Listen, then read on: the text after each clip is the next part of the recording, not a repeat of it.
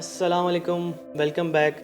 Last video में हमने discuss किया था कि फॉरेक्स ट्रेडिंग किन लोगों के लिए नहीं है। ये बड़ी एक अहमियत की बात है कि यार हमें समझना चाहिए कि जो हम काम करने जा रहे हैं वो हमारे लिए है भी कि नहीं है। ठीक है, अगर हमें ये नहीं पता या फिर हम मेंटली प्रिपेयर्ड नहीं उस काम के लिए, तो हम उस काम को कैसे कर सकते हैं, या अगर करेंगे तो फुल पोटेंशियल से नहीं कर सकते। सो हम उस डिस्कशन को आगे लेके जाते हैं और हम बात करते हैं उस माफिया के बारे में, जो कि मैं समझता हूँ कि एक माफिया ही है, जो अनएजुकेटेड लोगों का कह सकते हैं, कि जो कहते हैं कि यार फॉरेक्स गैर कानूनी है, फॉरेक्स डिसेंट्रलाइज मार्केट है, या फिर फॉरेक्स जो है वो गैमलिंग है, वगैरह वगैरह।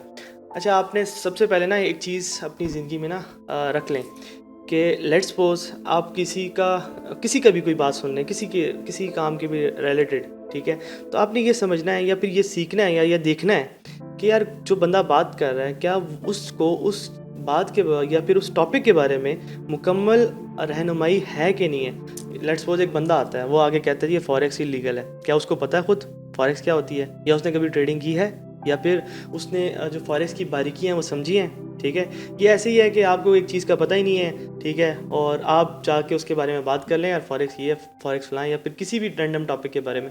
सो इसको कहते हैं, मतलब हम अगर इस्लामी टर्म में जाएं तो इसको कहते हैं फितना। ठीक है, तो हम इस चीज़ को डिस्कस करते हैं आज, और सबसे पहले हम उसमें समझते हैं कि फॉरेक्स क्या है। फॉरेक्स दो करेंसीज की एक्सचेंजिंग को फॉरेक्स कहते हैं। ठीक है, अगर आपने मतलब दुबई के इधर से दिरहम्स लिए पीकेआर दे दिए, तो ये फॉरेक्स ट्रेडिंग है। ठीक है, सबको पता है ये। आज का जो हमारा मेन एजेंडा है वो ये है कि फॉरेक्स सेंट्रलाइज है या नहीं है, और लीगल है कि नहीं है। पता तो हो कि हम जो काम करने जा रहे हैं वो गैर कानूनी तो नहीं है।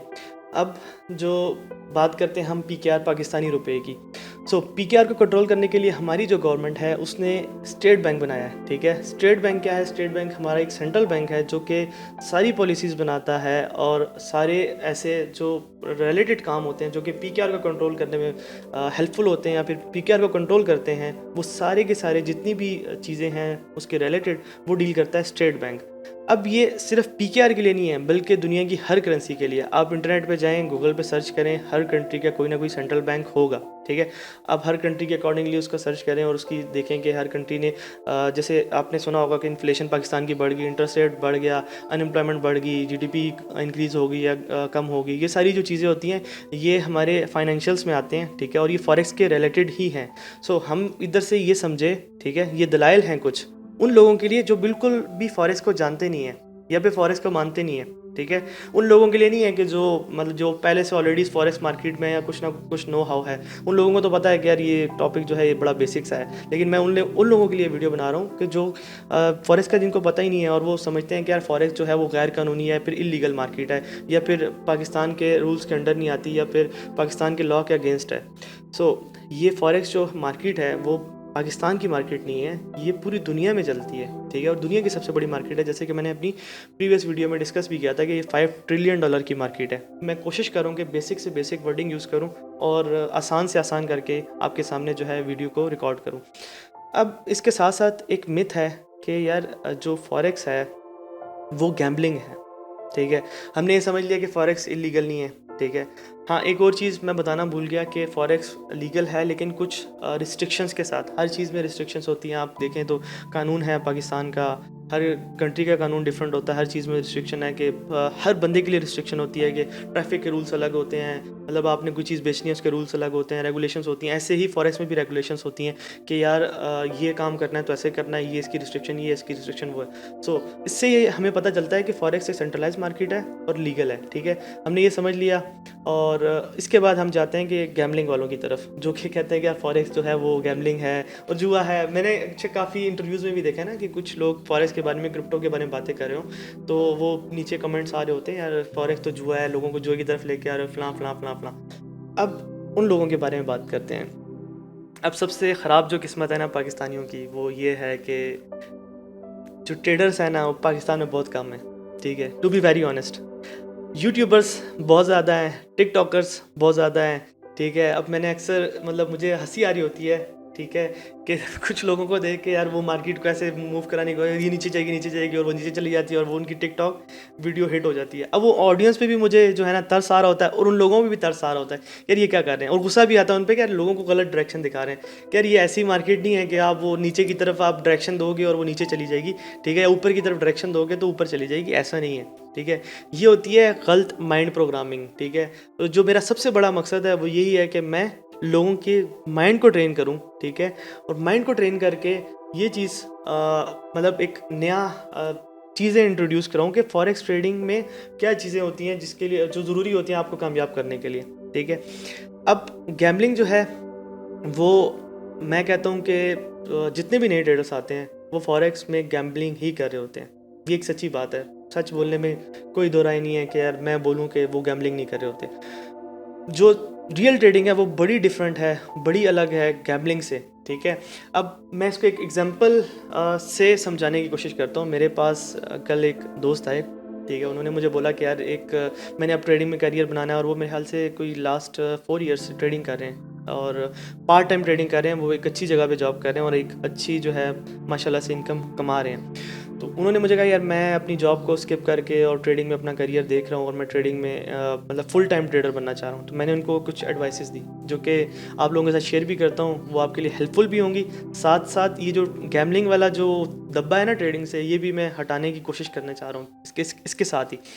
उनको मैंने बोला कि यार जो ट्रेडिंग है, ठीक है, आपने सबसे पहले एक चीज़ अपने माइंड को बतानी है। सारी जो है ट्रेडिंग जो गेम होती है वो माइंड प्रोग्रामिंग की होती है, क्योंकि ट्रेडिंग जो हमारी आम लाइफ है उससे बड़ी ऑपोजिट चलती है। मैं काफ़ी एग्जांपल से भी समझाने की कोशिश करता होता हूँ अपने जो स्टूडेंट्स भी आए हैं उनको भी कि यार अगर लेट्स सपोज आप मेहनत करते हैं, आप मैट्रिक के स्टूडेंट हैं, ठीक है, आप मेहनत करते हैं, मेहनत में आप दिन रात पढ़ते हैं, मतलब जो भी आपके सब्जेक्ट्स हैं, इंग्लिश पढ़ते हैं, जो भी आप फुल मतलब हर सब्जेक्ट को मेहनत के साथ पढ़ने के बाद आपके एग्ज़ाम्स जब आते हैं, जब एग्ज़ाम्स दे देते हैं, आपने सिलेबस सारा कवर कर लिया, उसी सिलेबस में से क्वेश्चंस आते हैं, कुछ क्रिएटिव थिंकिंग वाले क्वेश्चंस हो जाते हैं जो आउट ऑफ टॉपिक होते हैं, आउट ऑफ सिलेबस होते हैं। उसके बाद क्या होता है, जब आपने वो पेपर दे दिया, एग्ज़ाम दे दिया, एग्ज़ाम के बाद आपको 90% कन्फर्म होता है कि यार ये मैंने एमसीक्यूज़ गलत कर दिया, ये मैंने क्वेश्चन का आंसर गलत कर दिया, ठीक है। और उसके बाद क्या होता है कि आपने अगर जो फिगर सोची होती है कि यार मेरे 75 में से लेट्स सपोज आपने सोचा होगा कि यार 60 मार्क्स आ जाएंगे, तो राउंड अबाउट 55, 60 या 62 मार्क्स आपके आ जाते हैं। ये एग्जांपल देने का मकसद ये था कि आपने जितनी मेहनत की, जो आपने किया, मतलब जो एग्ज़ाम दिया, उसके बाद आपको इतना कंफर्म था कि यार मुझे मेहनत का सिला मिलेगा। ट्रेडिंग ऐसी बिल्कुल नहीं है। ये एक मतलब हमारी जो रियल जो वर्ल्ड है ना उससे तो बहुत ऑपोजिट है कि आप जितनी मेहनत कर लो आपको पता नहीं होगा कि यार मतलब ये ट्रेड मेरी प्रॉफिट में जाएगी कि नहीं जाएगी, या फिर जितनी मेहनत कर लो आपको नहीं पता होगा कि आप इसमें सक्सेसफुल हो सकते हैं कि नहीं हो सकते। ये मैं नहीं कह रहा कि इसमें सक्सेसफुल होना पॉसिबल नहीं है, लेकिन ये मैं कह रहा हूँ कि लेट्स सपोज आप बहुत ज़्यादा मेहनत करते हैं, दिन रात पढ़ते हैं, ट्रेडिंग की बुक्स देखते हैं और कंज्यूम करके इतनी ज़्यादा एजुकेशन लेके आप एट दी एंड ट्रेडिंग में जो है वो लॉसेस कर रहे हैं, ठीक है। तो इसका मतलब ये नहीं है कि आप एक लूज़र हैं या फिर आप मतलब ट्रेडिंग में आगे जा ही नहीं सकते। लेकिन जो ट्रेडिंग होती है वो हमारे जो रियल वर्ल्ड है उससे बहुत ऑपोजिट है। अभी मैं कुछ ऐसी बातें करने जा रहा हूँ, शायद जो नए बंदे हैं उनको वो टर्म्स का पता ना हो, तो परेशान नहीं होना।